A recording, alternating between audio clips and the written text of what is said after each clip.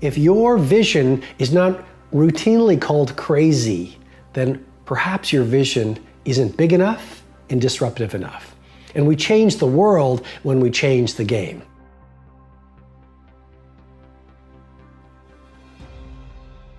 You can be a history maker, or you can be liked by everyone around you. You can't be both. I mean, the very nature of living your personal greatness and doing something otherworldly in our world of ours means you're going to have to think differently from the majority. You're going to have to install the habits and routines that most people don't do.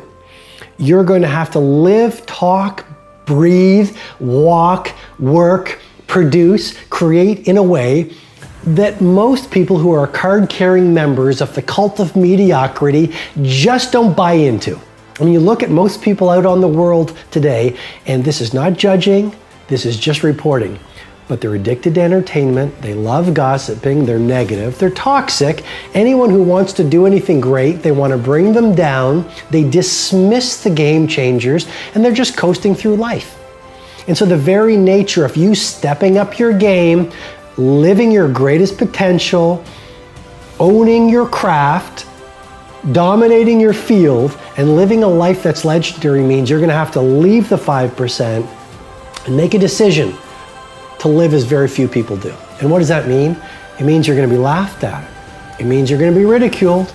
It means you're going to be misunderstood because leadership is a lonely sport, and it means you just might be hated. And so there is great value when people start to hate you, because if you look at Jay-Z, I mean, I was reading his biography, and he said, you know, I really knew that I was having influence in the popular culture when people started hating me. If you look at a lot of the great authors, when their books go to #1 globally, a lot of the amateurs actually start to say, oh, that's garbage, I could put them down. I watched a documentary last night on Steve Aoki, the famous EDM, electric dance music DJ who's getting so much traction in the world right now. And he was talking about some of the comments that he sees in the social media. And it was things like garbage and, you know, boring and amateurish music and whatever. Even though he's so skilled. I mean, you just watch the documentary called I'll Sleep When I'm Dead. And you just see the skill. And you can just look at any great athlete, and you could look at any great scientist, you can look at any great chef, you can look at any great artist, you can look at any great author, you can look at any great statesman, you can look at any world-class stateswoman. Anyone who has done something at an exceptional level breeds cynics and dismissers. So, the point is simply this: the very nature of doing something that very few people are willing to do means that the majority will laugh at you. Why? Because deep inside, they know they have the opportunity to do something great too. And your example makes them feel guilty. And all I'm suggesting to you with great love and respect is simply this: you do have a choice. You can listen to your haters, you can be one of the haters, you can join the victim herd, you can dismiss people who are doing great things, or you can reach into yourself and ask yourself this fundamental question: what do I want to stand for the rest of my life? Do I really want to rise to mastery?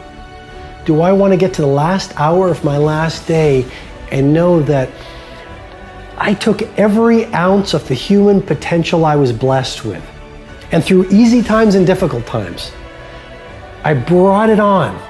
And as a result of my values, my mindsets, my heart set, my habits, my routines, my disciplines, I owned my game, and I modeled possibility, and I served lots of people, and I built a great lifestyle. And now it's the last hour of my last day, and I'm surrounded by my loved ones. And even though people threw stones at me, I took those stones, and rather than being knocked down, I constructed a monument of mastery that stands as my legacy. And if you live like that, you'll be one of the great ones, which is my greatest wish for you.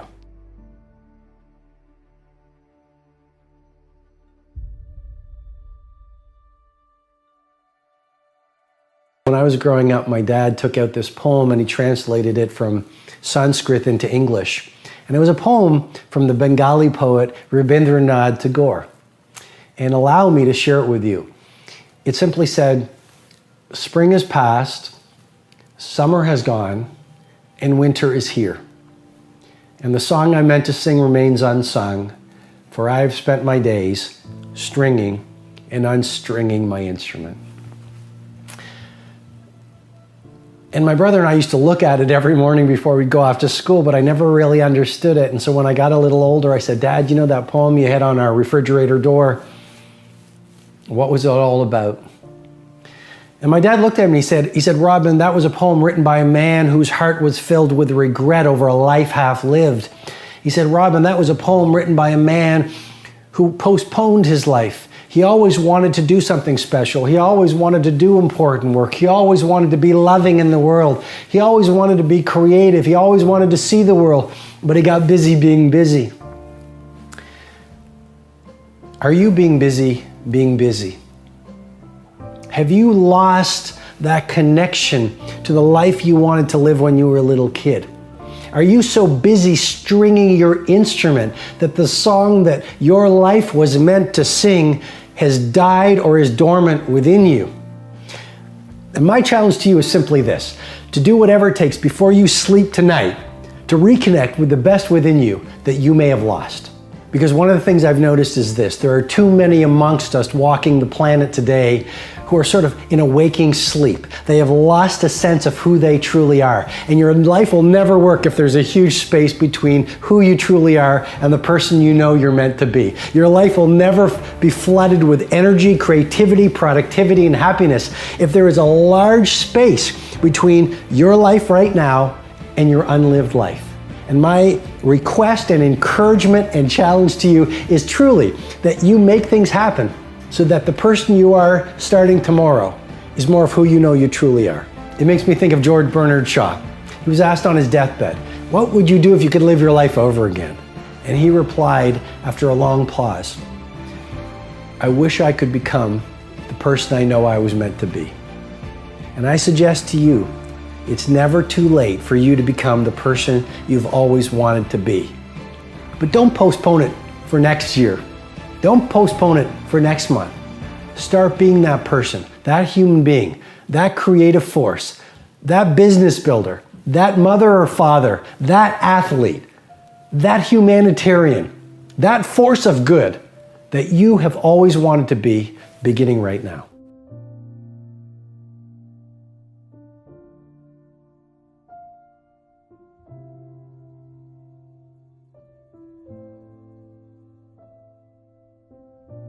Run your own race. And that's really the first lesson I learned from one of my mentors. Run your own race. Stay in your own lane. You know, you have no competition if you are in your own division. And what I mean by that is simply this: it's so easy to get swept off your game, swept off your vision, swept off your values, swept off your focus when you're measuring your success and your performance by your so-called peers in your industry or your competition within your craft. And that first lesson was so profound. He simply said, run your own race. You know, come up with your ambition, come up with your vision, and have this singular focus and the character discipline to say, I'm just gonna put these blinders on and stay true to myself, true to my values, true to my vision. So I've been living my life recently under one compelling standard, and simply this: be only with people, do only the work, and be only in the spaces and places that fuel my joy. I think life is too short to be depleted. And so I've spent a lot of my life helping people rise to iconic as producers and performers and creatives and entrepreneurs and leaders. And so what I wanted to do in this mastery session is really share with you some of the things I do in my own life to fuel my joy, fuel my energy, fuel my creativity. And what I'm really speaking of here is adventure. So if you talk to any good neurobiologist, they will tell you that the brain craves novelty. The way we are hardwired is to pursue joy, to pursue novelty, to pursue newness. And that's why so often we start something, but we really don't finish it. We're always looking for that one new thing that will fuel our joy, fuel our ideation, fuel our creativity. It's almost like we've got this inner child within us, constantly longing to see the light of day. And you know, adults are nothing more than deteriorated children. You never want to lose that connection with that festive, fiery, sparkling, creative, playful inner child. I mean, you know, the more you can connect with that inner child, the more you're going to find your productivity growing exponentially, your creativity firing up, and basically you just going out into your industry and out into the world and radiating positivity. So, what are some of the things that I do to fuel my joy and to keep that sense of adventure alive so I don't lose the sparkle in my eye? Traveling. I just love being on airplanes. Fundamentally, I am a nomad. So I love being in Rome and eating the pasta and experiencing the fresh mozzarella di bufala or di burrata, watching the way the light falls over the architecture. I just love Rome so much. I love getting up in the morning while the Romans are asleep and running up to Monte and then past the Colosseum and then past Trevi Fountain. I mean, that is one of the greatest runs, I think, on the planet, at least for me. I love going to Mauritius. Why do I love Mauritius? It's this island paradise where no one can find me, and I can immerse myself in creativity and I can refuel. You talk about adventure. Going to Mauritius and swimming with the dolphins is one of the things you need to do on your before I die list before you die. I just love places like Stockholm. I love Latin America. I love the Middle East. I adore Europe. I love London. I love Switzerland because I love to ski. I love going to India. I love going to Southeast Asia. I love traveling the planet because here's the thing. I don't think there is a better education known to humankind than traveling.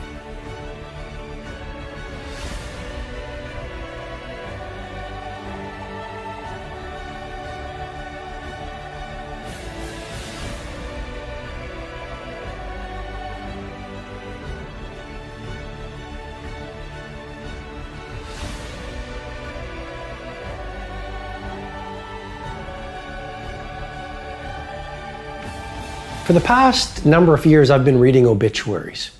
And you might say, Robin, that's negative, and I don't think it's negative, I think it's really positive. Because I think few things are as powerful to wake you up, to remind you about what's most important, to fuel your energy, to get you into the game so you let go of your fears and you do what you need to do to get big things done than connecting to your own mortality. When you realize that every single day could be your last, or when you appreciate that no matter how long you live, life is a short ride, you just sort of let go of the fears and you let go of the limits and you live full on and you seize opportunities and you have real conversations with real people and you sort of wear your heart on your sleeve and you bring on the fullness of your authenticity and you do whatever it takes to get your loftiest dreams to get done. And so I read these obituaries. And it reminds me about what life is all about. And relatively recently, I've started walking in cemeteries. I was in Mauritius a little while ago. It's, I don't know if you've been to Mauritius, but it's this paradise on earth. It's this tiny island about 4 hours off the coast of Cape Town. And I've been to Mauritius a number of times. I was there to give a big leadership event. You know, I talk about leading without a title. So it was filled with iconic CEOs and people running big industries and big companies and entrepreneurs and startup people. And it was really wonderful. But I also took about a week and a half just to refuel and to work on my new book and to reconnect with my values and to set myself up for the coming months. And one of the things I did was I went for a long walk. I love walking. I find interesting, like I find a lot of the most creative people, the most productive people in the planet, they all have one thing in common. They have the routine of walking on a regular basis. And so I love walking. I've walked in nature for many, many years. And so here I am in Mauritius and I just started walking. And I was actually listening to an interview of Charlie Rose and Steve Martin. And it was done in New York in front of an audience of a few thousand people. And it was about an hour and a half long. And Steve Martin was talking about his career, and Charlie Rose is one of the great interviewers of our time. So he was asking about how he became so good at what he did, and his life, and his love of art, and stand-up comedy, and acting. I mean, Steve Martin became an actor after a stand-up comedian, etc. And so I'm walking, and the sun is setting, and I'm walking along the Indian Ocean, and I'm looking at the flowers, and I get to this little village. And it's this really,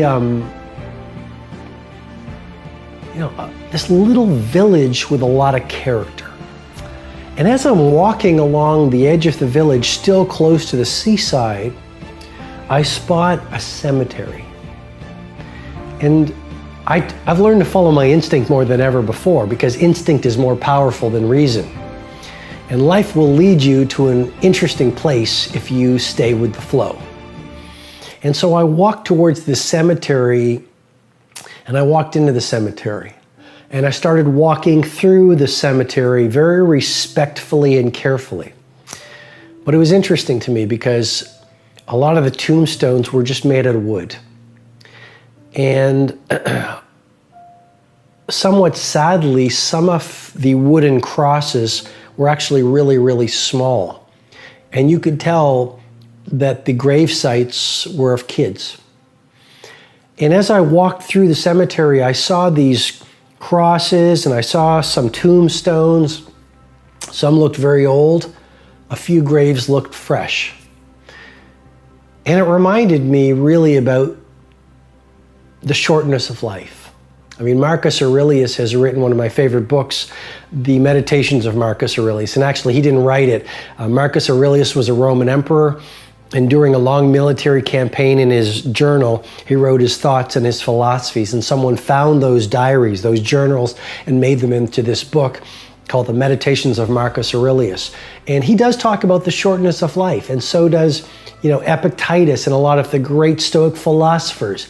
And being in this cemetery and walking through it with great delicacy, it reminded me how short life is. And it reminded me we all have hopes and dreams, and we never know when those dreams are going to get dashed. And we never know when our last day will unfold.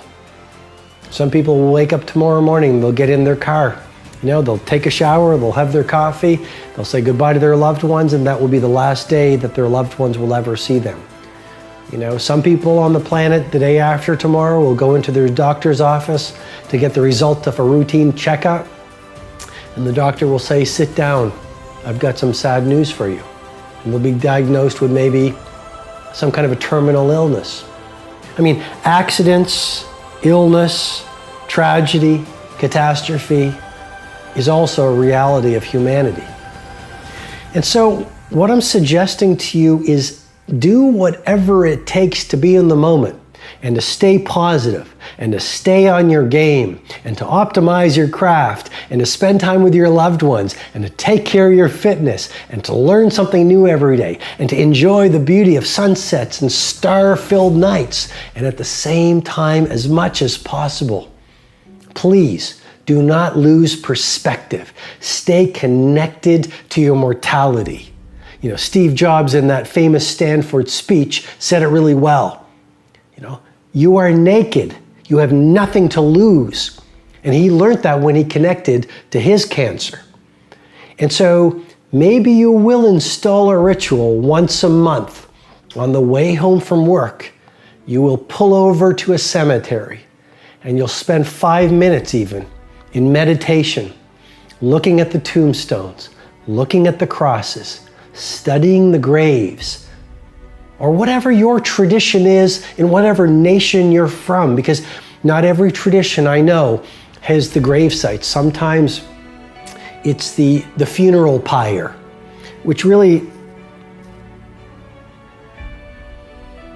reminds me that life is really short, and you never know when your last day is going to be.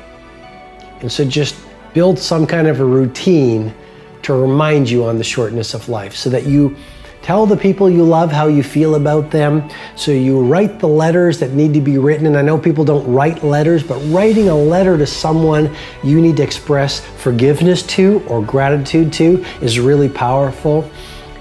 Pursue the projects that will allow you to be the legend of your industry. Chase the passions that fuel your joy and live every day as if it was your last, because we never know when our last day will show up.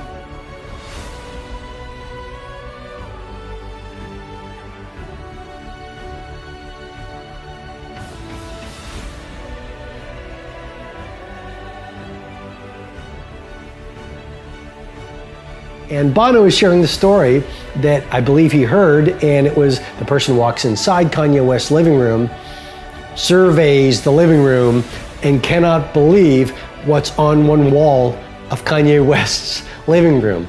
And it's this giant poster of Kanye West. And so the person who's in the living room goes, Kanye, it's a beautiful living room, but why do you have this massive poster of yourself in your own living room? And Kanye replies, well, if I don't believe in myself, no one's going to believe in me. And my take on that insight is simply this. No one's going to believe in your lofty vision. No one is going to embrace and enroll in your mighty mission if you don't viscerally believe in it. I mean, no one's going to believe in you unless you believe in you. And Kanye, in many ways is a disruptor in his field. And Kanye, in many ways, is playing at mastery in terms of his craft. But that's coming from this incredible self-belief. And yes, I understand some people will say he's arrogant, and I in no way am encouraging anyone to be arrogant or vain. But the larger point for you and I, as people on the rise to mastery and creating lives that are legendary, is to really dial in on that insight, which is, we really do have to have the confidence to believe in ourselves, because a lot of time as a leader, a lot of time as a business builder, a lot of time as a craftsperson, we will be in the wilderness. We will have an idea for a business or a product where the rest of the world says that's impossible. And we have to be coming from a place from within where our I can is larger than our I can. You absolutely must do the interior work required where you have these fiery levels of confidence where when the world is saying, I dismiss your vision or that is impossible, you have to be that lone voice who goes, no, it is possible, and just watch me do it.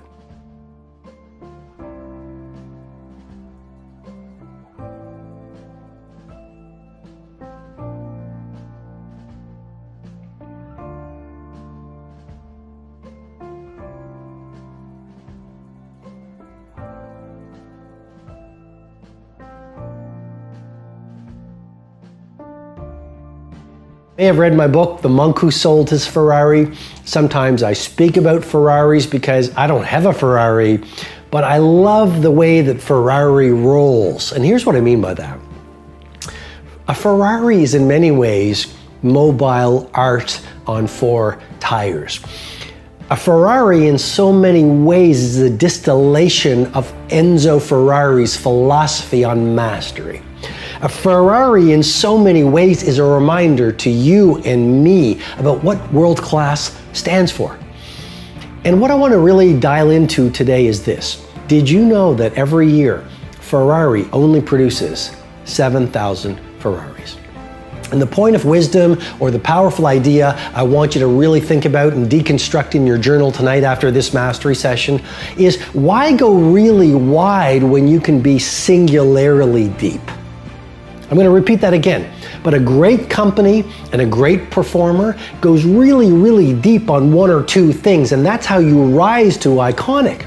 We live in a world, I call it the cult of superficiality, addicted to distraction, afflicted by interruption. So we take the trinity of our performance assets, our mental focus, our physical energy, and our willpower. Those are the 3 primary assets of a world-class producer. And we diffuse them, we disperse them around thousands of projects, lots of little things. And yet I think of the 7,000 Ferrari philosophy. They are world-class and in terms of producing iconic automobiles, vehicles, but they don't want to be, they don't appeal to everyone. They don't produce hundreds of thousands of vehicles. They want to do a few products. They want to bring out a few things, but do them really, really well. And that's really the craftsman's mindset. That's how craftsmen think, or craftswomen. It's do a few things, but do them really, really well. You are an artist. My invitation to you is to produce poetry in terms of your work that the world reveals as mastery. You know, and that is really all about bringing rigor to your game. It's not about doing a lot of things, it's about doing one thing well. Because the secret of genius is not complexity, the secret of genius is simplicity. You look at any genius entrepreneur, you look at any genius producer, you look at any genius athlete, they're not doing 5 sports, they're doing one sport incredibly well and then putting in the training time to be monomaniacally focused so that they become otherworldly brilliant at their one thing. And I guess what I'm suggesting to you ultimately is this. Think about the 7,000 Ferraris philosophy. And if you are a business builder, let's say you're a startup entrepreneur, let's say you're a Fortune 500 manager, let's say you're a professional athlete, because a lot of professional athletes are watching these mastery sessions. Let's say you are a mother or father, a yoga teacher, or a chef.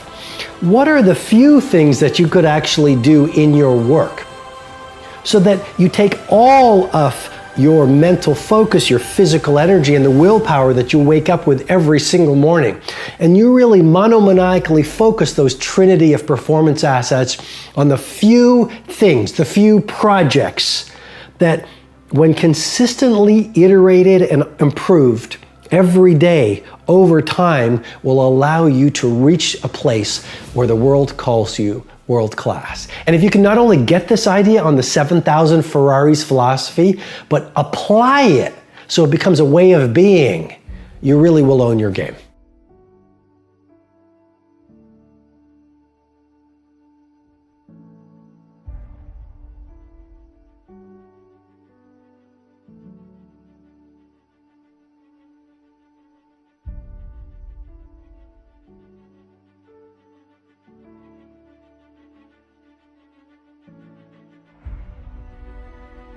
In a restaurant, the server generally gives you what you expect or less than what you expect. You go into a clothing store, it's what you expect or less than what you expect. You do business with any organization, it's generally delivering on what you expect, but more often, even less. So you have a gorgeous opportunity to lead the field in everything that you do by doing one thing, practicing every single day, because it's a muscle, the ritual of over-delivering. Don't just give your customers what they expect, give them 10x more than what they expect. Don't just give your organization what your manager, what your boss, what the organization is expecting from you. Show something that is so rare in today's economy.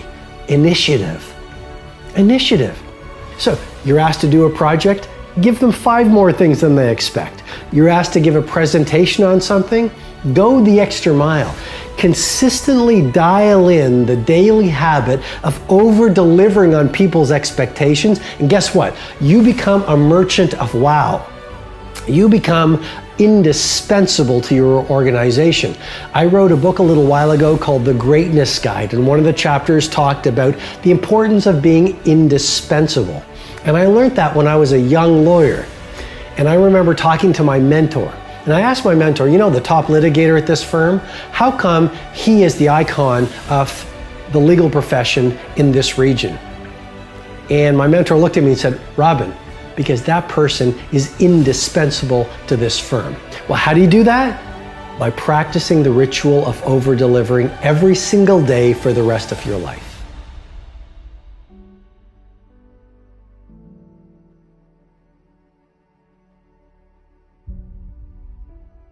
Be yourself, everyone else is taken. Well, that really speaks to the power of being an original. It speaks to this concept of authenticity. being yourself. I mean, we live in a world where there has never been so much of a seduction to be like everyone else. There's never been so much influence and hypnosis through the social media and through society to talk in a certain way, to walk in a certain way, to buy certain things, to measure your success by the same philosophy. And what I'm encouraging you to do, based on this Oscar Wilde quote, is to be yourself. I mean, talk your talk, walk your walk. Take the time to reflect on your dream. Be true to your own values, because life's greatest heartbreak is self-betrayal.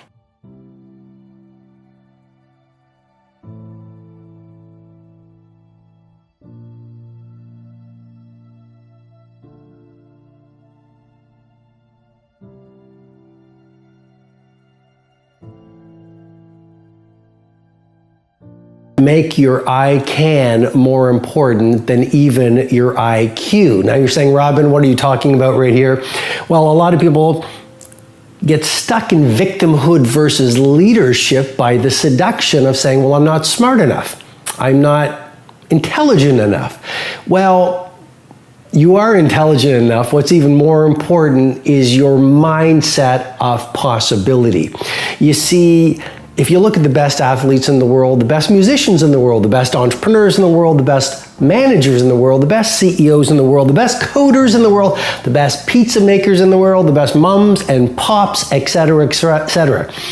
Those who get elite level results are not the most intelligent or naturally gifted people in their field, but these are the people that have that mindset of possibility, and it's all about I can.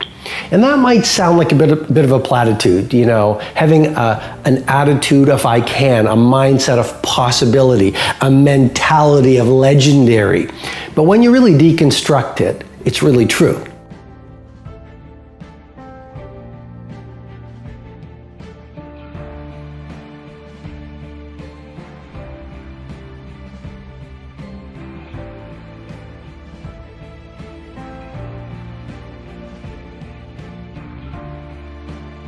The way you begin each day sets up the way you live each day. I mean, the Spartan warriors said it so well. Sweat more in training, bleed less in war.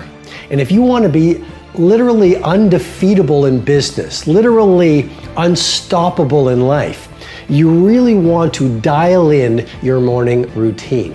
And so you want to do things like starting the day sweating, because that releases BDNF, brain-derived neurotrophic factor, that repairs brain cells from stress. You want to sweat because that's going to increase your metabolic rate, which is going to give you energy. And we live in a world where energy is even more valuable than intelligence. You want to, in your morning routine, take the time to write in a journal so you actually can detect your values, reconnect with your goals each day, get to know yourself even more, because awareness is the beginning of transformation. And you want to get your morning routine right so you take some time at the front end of your day to learn. Because as you learn more, you know you're going to achieve more. And as you understand better, you can achieve larger.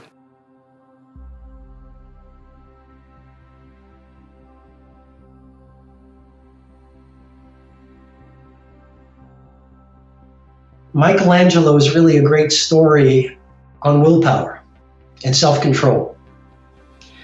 He was beaten severely when he was a young kid by his father.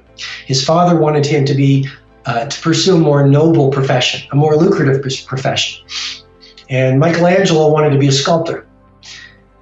And his father beat him. And his father tried to get him off course. And Michelangelo said, no, I want to be a sculptor. And finally, through his grit and perseverance and unrelentingness, Michelangelo's father said, you know what, okay, fine. You're 14 years old. I'm going to allow you to go to apprentice with a Florentine master, and he will help you become a sculptor. And Michelangelo moved to Florence, and he started to study, and he started to practice. And again, this is a story of self-discipline and world-class willpower. And through his mastery, and through his practice, and through his suffering, and through his persistence, and through his focus, all of these great lost traits that are no longer celebrated in this world where all too often people are card-carrying members of the cult of mediocrity. Through this practice, through this devotion, he became well known. He became known far and wide. He created the beautiful sculptor David. If you go to Museum of Academia in Florence, you will see David. You will see some of his other masterpieces. And part of that whole region started to honor the way that Michelangelo was appearing and performing as a sculptor. Because of his mastery, a lot of the other artists, like Raphael and the Renaissance painters, became jealous. And so they devised a very elaborate and interesting plan to discredit and to ridicule Michelangelo. And Michelangelo's peers went to the Pope, who was Julius II. And they said to the Pope, why don't you get Michelangelo to paint the Sistine Chapel? And the Pope said, sounds good. And so the Pope went over to Michelangelo and said, I want you to restore the greatness of Rome. And the greatness of Rome is now on your shoulders because I want you to paint the Sistine Chapel. And I want you to make it a masterpiece that holds the world in awe when they see it. And Michelangelo replied to the Pope, he said, I'm not a painter. And I've never painted. I'm a sculptor. But Julius II was very persistent, and eventually Michelangelo said, fine, I'm going to agree. And over 4 years, 4 hard years, 4 years that took incredible self-control, incredible grit. We're going to talk about grit in this webinar. Incredible focus, incredible discipline. Michelangelo created the Sistine Chapel. Now, let's put this into perspective. I mean, Michelangelo had never painted fresco before. Michelangelo had to paint something on the ceiling of the Sistine Chapel that people standing many feet below could look at that and see with great detail. Michelangelo dealt with the fact that the painting on the Sistine Chapel was moldy. There were paint issues. He had to deal with the fact that the Pope was very ill and he thought he might not get paid. He actually developed this incredible elaborate system of scaffolding, which allowed him to paint backwards for 4 years on the Sistine Chapel. And he damaged his back in the process, but he did it for the art. He did it for the discipline. He did it for what it made of him. He did it for his commitment.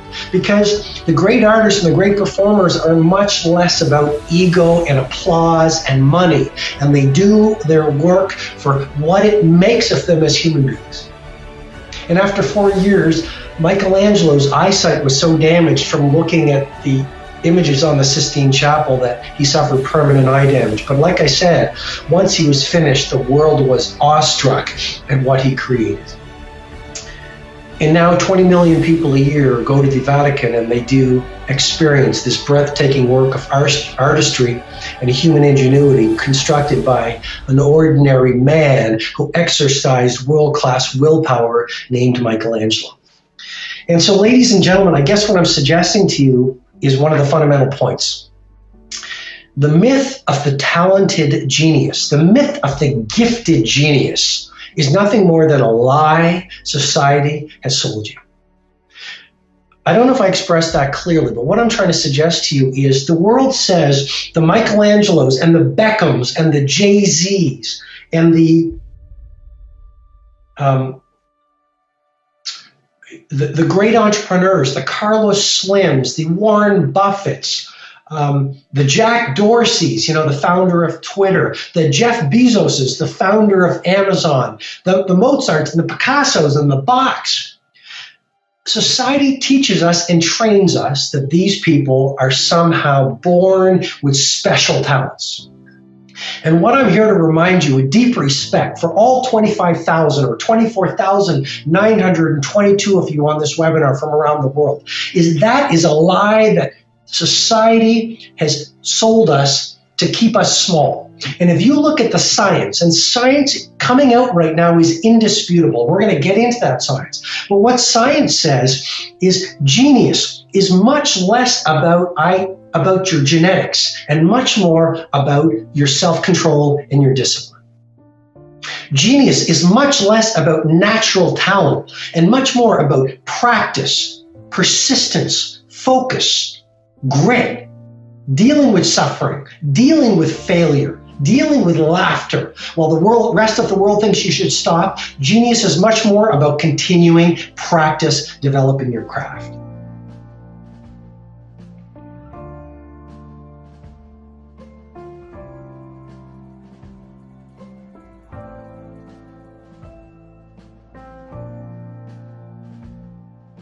Every genius entrepreneur has an eccentric vision. So they're possibilitarians. They are the people who said, well, here's the way the industry has always been, and here's the way the status quo is, but here's what we're gonna do. What's coming to the top of my mind right now as I record this is Uber. So you've got Travis Kalanick, and literally through that single app, they don't own any taxis, they don't own any cars, they don't really have any inventory, but through that single app, Uber disrupted the entire industry of that level of transportation. And so, these people, these genius entrepreneurs come up with a ridiculously disruptive idea that is absolutely eccentric in its vision.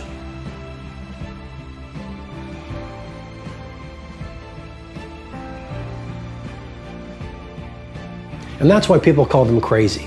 And I'll simply say to you, if your vision is not routinely called crazy, then perhaps your vision isn't big enough and disruptive enough. And we change the world when we change the game.